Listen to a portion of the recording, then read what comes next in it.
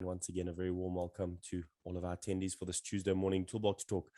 Obviously, we want to always start off by reminding you of the tips to prevent COVID-19. So please continue to wash your hands regularly with soap and water, especially after using bathrooms. If you have unwashed hands, please do not touch your eyes, nose, and mouth. Avoid close contact with people who are sick. Cover your cough with a sneeze, flexed elbow, or a tissue, and then throw that tissue into the bin. And please clean and disinfect frequently touched objects and surfaces. Then do your part. Get vaccinated. We've seen last week the importance of vaccination. And today we're going to basically go through what is the vaccination. Now, according to government regulations, it is a requirement for us to go through this information. So today's Toolbox talk on what is the vaccine is going to help you as employers in terms of your new consolidated directives. Section 4.1 basically tells employers that you must provide information that raises awareness in any form or manner. Now, this is of the dangers of the COVID-19 virus, and this could be like the posters that we issued to you last year. There's a lot of posters on the CDC website as well as WHO website.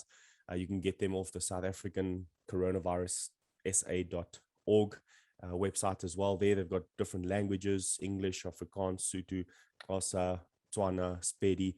You can download them from there, and these posters basically bring awareness of the dangers of the COVID-19 virus, the manner of transmission, as well as the measures to prevent it. But the newest consolidated directives on measures for health and safety in the workplace states there's an extra additional thing that must be done by employers for employees, and that is to give the information on the nature of vaccines used in the country, the benefits associated with these vaccines, as well as contraindications for vaccination, and the nature and risk of any serious side effects, such as severe allergic reaction. Now, what we've done is we've designed the Toolbox Talks for September around this legislation, assisting employers and employees to get to know and understand what is the danger, why is it important, what are the different vaccine brands here in South Africa, what are the benefits, as well as what are the side effects. So by the end of this month, we'll be able to have all this information readily available for you. And as mentioned, these Toolbox Talks are going to be recorded. So they'll be available on the LMS system as well as on the YouTube channel. Please use this information. We are also hoping to have the pack ready by the end of this month when the final Toolbox Talk is finished. We will then send everybody who's registered for these Toolbox Talks a copy of that pack, which has all of this information in, also in Word document, so that you can put your own logo on it and then use this as a little training or awareness COVID-19 pack for your company. So we're looking forward to obviously sharing this information with you. As we mentioned today, vaccine brands in South Africa, the three main ones that we are going to discuss is Pfizer, Moderna, and then Johnson & Johnson. Now, Pfizer is available for persons 12 years and older. You need 2 shots of the Pfizer brand. You need this to be done within 21 days apart. So if you get it today, 21 days later, you should have the second shot. But you are only fully vaccinated 2 weeks after the second shot. So please understand that if you are going for the vaccine and Pfizer is your vaccine of choice, or the one that they are distributing at the vaccination point where you are going, please remember that the day you get your second vaccination, it's not 100% effective at that stage. So please continue with your strict COVID-19 protocols. Only 2 weeks later will you actually become fully vaccinated. However, and we will discuss this next week about the contraindications as well as the side effects of these vaccinations. If you have a very low immune system, there may be a need for you to get a third vaccination because of the lowered immune system. Now, we'll explain to you how it works, how the vaccination actually works. And next week, as we mentioned, we will be taking a look at the side effects. And then lastly, we'll look at the benefits of it. But please remember that even though you are vaccinated, one of the frequently asked questions is, well, if I'm vaccinated, do I still have to wear a mask? And Can I go out in public without a mask? Well, obviously not. Currently, there is not enough people being vaccinated in order for us to be able to have that herd immunity. And so this is still in process. Eventually, you will be able to move around without a mask. But for now, it is government legislation that everyone wears a mask while you are in public, whether you are vaccinated or not. And that is to protect you from basically getting COVID, even though you won't get it as bad if you are vaccinated, and then also prevent you from spreading it to those who might not be vaccinated yet. So please remember this. Even though you are vaccinated, it does take 2 weeks after the second shot. For Moderna, it's basically exactly the same, although it's only for persons 18 years and above. You also need 2 shots of the Moderna vaccine, and that is 28 days apart. Again, you are also only fully vaccinated 2 weeks after the second shot. If you've gone for the Johnson & Johnson, which is also only available for persons 18 and above, you'll only need 1 shot, but you will only be fully vaccinated 2 weeks after that shot. Now, do you get a choice of which vaccination? Yes, you do actually have a choice, but it also is dependent on what is the rollout for the vaccination area. So if you would like to choose which vaccination you want, just speak to your medical professional. If you're going to a clinic, rather find out what vaccination they have that they are rolling out. And really, it doesn't matter which vaccination you take. They're all going to work exactly the same. So how do we know that? What do you need to know about the vaccine? Well, let's first understand how the COVID virus actually attacks our bodies. And when this germ or the virus, that is COVID-19, invades your body, it normally attacks and then multiplies. Now, this invasion, called an infection, is what causes illness. This is when those flu-like symptoms come and all these known symptoms of COVID-19 start happening, and this starts multiplying in our body. Our immune system, though, uses a few tools to fight infections. And the main one is blood. Now, your blood contains red blood cells, white blood cells, as well as platelets and different types of other like acids, amino acids, building blocks. All of this is basically in the DNA of every human. Now, red blood cells, which carry oxygen to the tissue and organs, and this helps to fight infection, but the white blood cells are even more involved in fighting infection because these are the immune cells. And this is really where it starts fighting this COVID-19 virus. Now, macrophages, which are the white blood cells, they swallow up and digest germs and dead or dying cells. These leave behind parts of invading germs called antigens. Now, you might have heard this before. The body identifies antigens as dangerous and stimulates antibodies to attack them. So what does this actually mean? Well, basically, your body then starts remembering what it fought before. And because it remembers these antigens, it creates antibodies so that if this disease or illness ever comes back to your body, the white blood cells have a memory of how they fought this disease before. Now, you've got defensive white blood cells. These produce antibodies that attack the pieces of the virus left behind by the macrophages. And then there's another type of defensive white blood cell.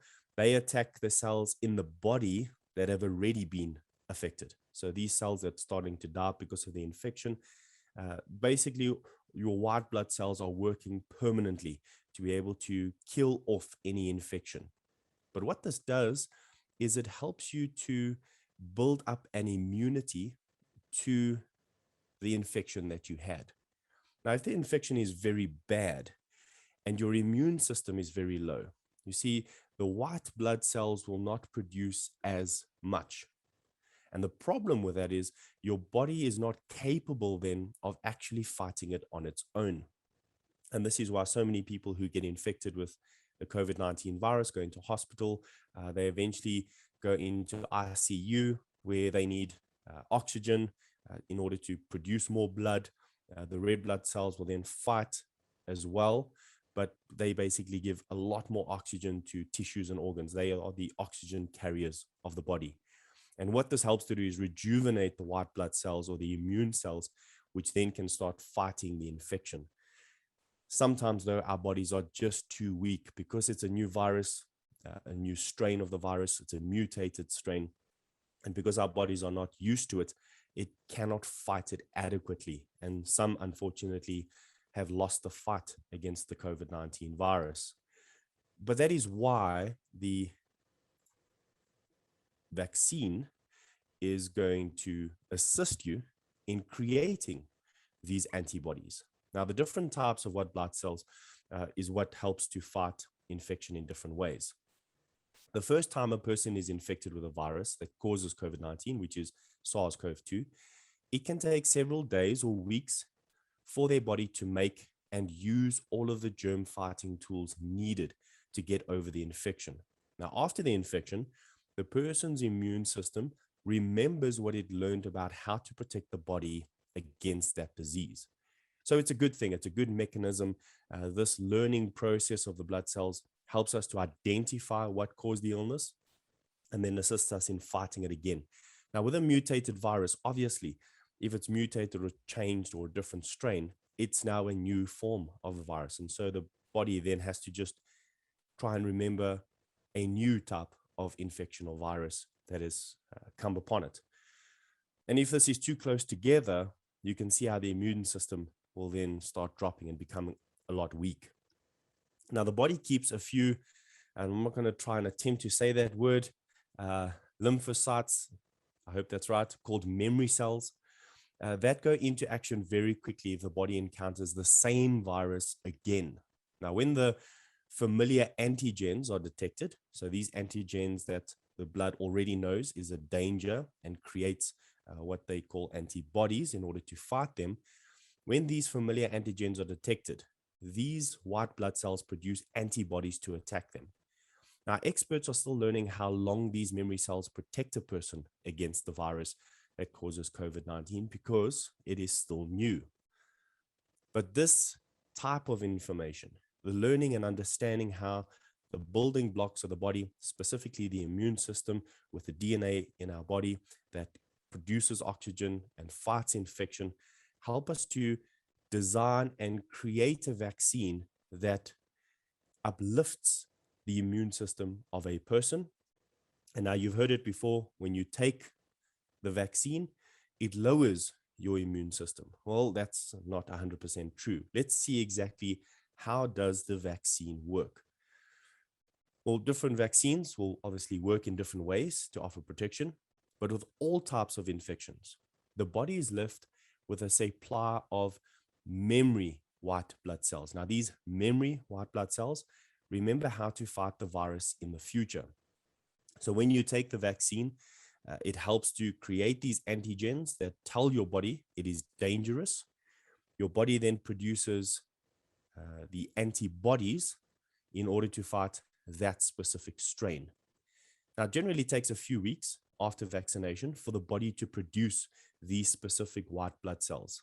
So even if you do have the vaccine, it is still possible that you could be infected by the virus that causes COVID-19. Why is that? Well, because it takes time for each person's body to develop these antibodies. Now, we cannot test every single person and put them through a clinical trial. And so a few hundred to a few thousand people are tested by the CDC, by the WHO, obviously in different countries, using the country's resources.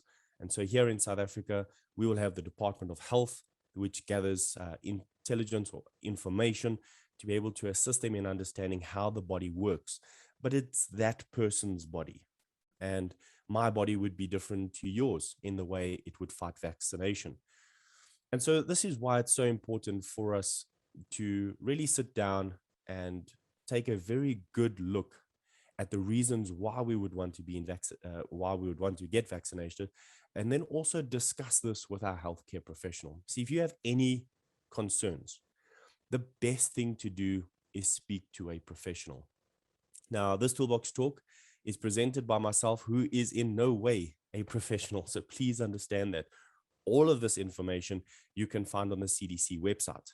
Now, as we mentioned, it does take a few weeks. That's why it basically states you are only fully vaccinated 2 weeks after your second shot, or if you're taking the Johnson & Johnson, it's 2 weeks after that shot that you get.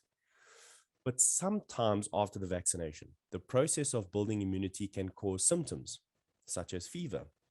And this is why they tell you, once you've taken the vaccination, please inform us if you have certain symptoms. Now, most people look at that and say, well, that's a red flag. If I'm getting the vaccine, why would I have symptoms? Does that mean it doesn't actually work? They do not know what they're doing, and they have no clue whether the vaccination actually works or not. Well, no, that is not true. Basically, what they are saying is because it does take time for the vaccination to kick in to produce these specific white blood cells called antibodies to be able to attack the disease, it will still mean that your immunity is lowered and you are still able to get COVID-19. Now, not just COVID-19, you could get other illnesses. And so we would want to protect ourselves like we did even before COVID came into the scene, from the common cold, from influenza, from pneumonia, or any other type of disease, especially as plumbers working in the industry of working with waste or on waste pipes, with biological or even chemical hazards that you might find at your workplace. And so we are used to this. We are used to protecting our bodies against certain types of illnesses and disease. So sometimes, and we're only saying sometimes because it's not all the time, that once you've received the vaccine, you may get symptoms. Now, people that I've spoken to over the past week, I've discussed with a few people who have taken the Johnson & Johnson, and I've discussed with a few people taking the Pfizer vaccine. I have not met anyone taking the Moderna one, and so I'm not too sure what the side effects are with that. That type of information is coming directly from the CDC. But the people that I have spoken to, and even myself personally, I had zero side effects after the vaccination. No headaches, no sore body. Even the area where I had the injection wasn't even sore. So I didn't really have any side effects, nothing that I can remember, nothing that adversely affected me in order for me to continue with my day-to-day work. My uncle, on the other hand, he had the vaccination and he had a very severe headache for about 2 days afterward. But he did let the doctors know, and 2 days later, it was fine. His wife had almost the exact same type of side effect. My wife only had a sore body for 2 to 3 days. A few friends and colleagues that we've spoken to also had different ones. Some had runny noses, almost like a flu-like symptom. And it was very difficult to say what came from the vaccination and what was just turn of, from winter to spring, change of season. What was actually just somebody having an allergic reaction to it, or just normal seasonal allergies. So not everything we have might be related to COVID, but because it's the most important thing, we want to be able to monitor it all the time. Now, for companies and employees, please, once you get the vaccination, you must monitor yourself every day.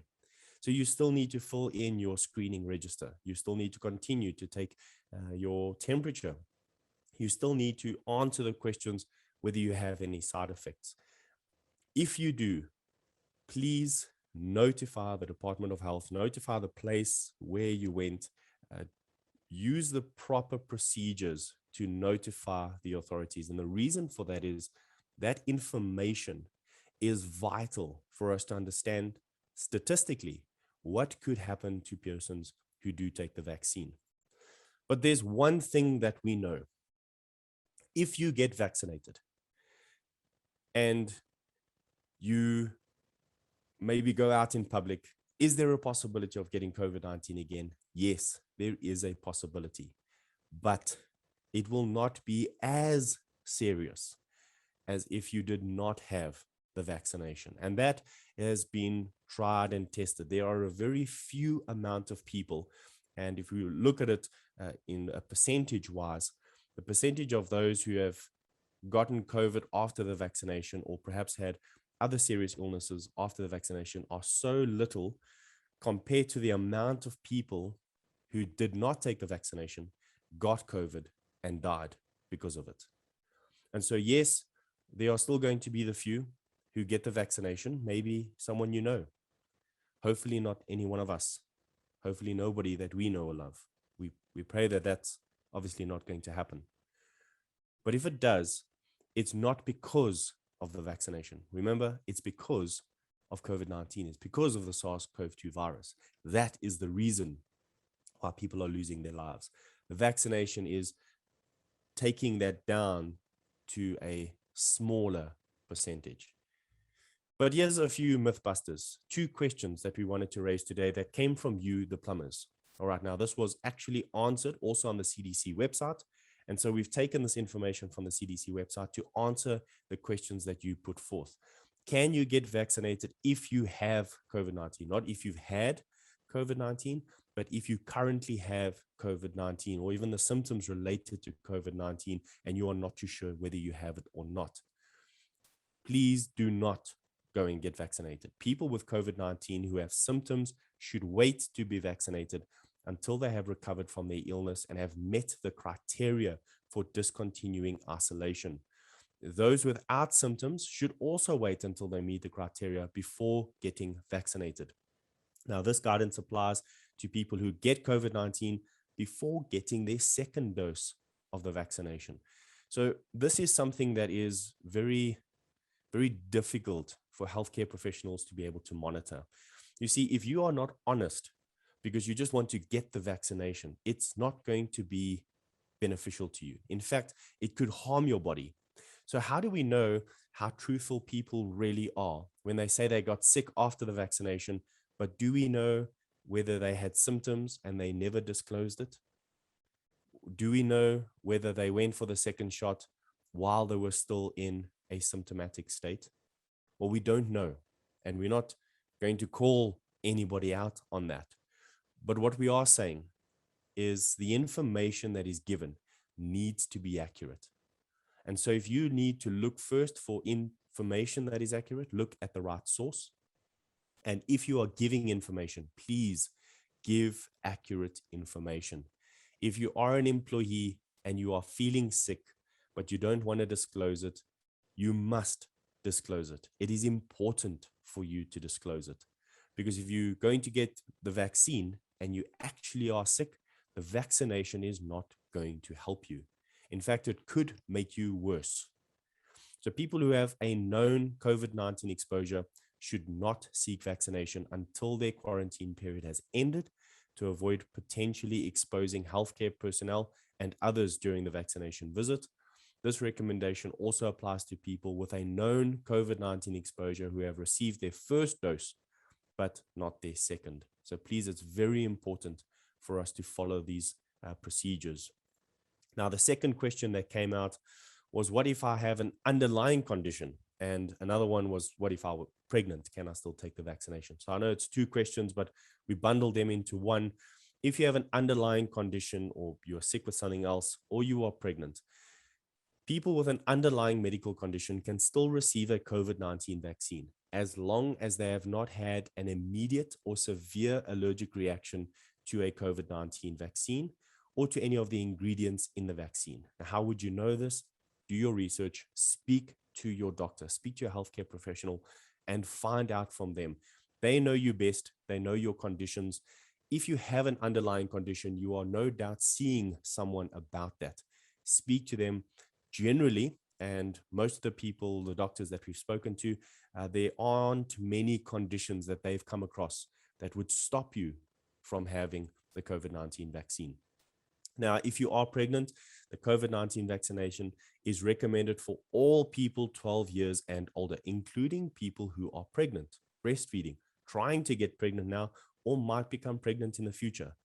So you might want to have a conversation again with your healthcare provider about the COVID-19 vaccination. But while such a conversation might be helpful, it is not required.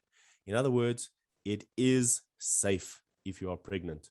It is safe if you are breastfeeding. It is safe if you want to get pregnant in the future, or even if you might have been pregnant before and are suffering with something of post pregnancy. Again, it is a recommendation, speak to your healthcare provider, but the vaccination is still safe.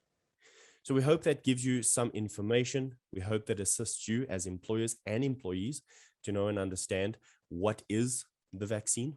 Now, next week and the week after, we are going to be looking at the vaccine specifically in terms of the side effects that we could face and the benefits of a vaccine right at the end of the month. And as mentioned again, we are going to be making up a documented pack of all this information about the COVID-19 vaccine being mandatory, how to go about putting this into place in terms of policies, plans, and risk assessments. And please remember, it is a legal requirement for you to do a risk assessment on the COVID-19 vaccine in your company. Whether you are making it mandatory or not, you have to still perform that risk assessment. So please ensure you've done that as soon as possible. And then the safety thought, obviously, for this month, or this week rather, is to start safe, work safe, finish safe, and remember, safety always.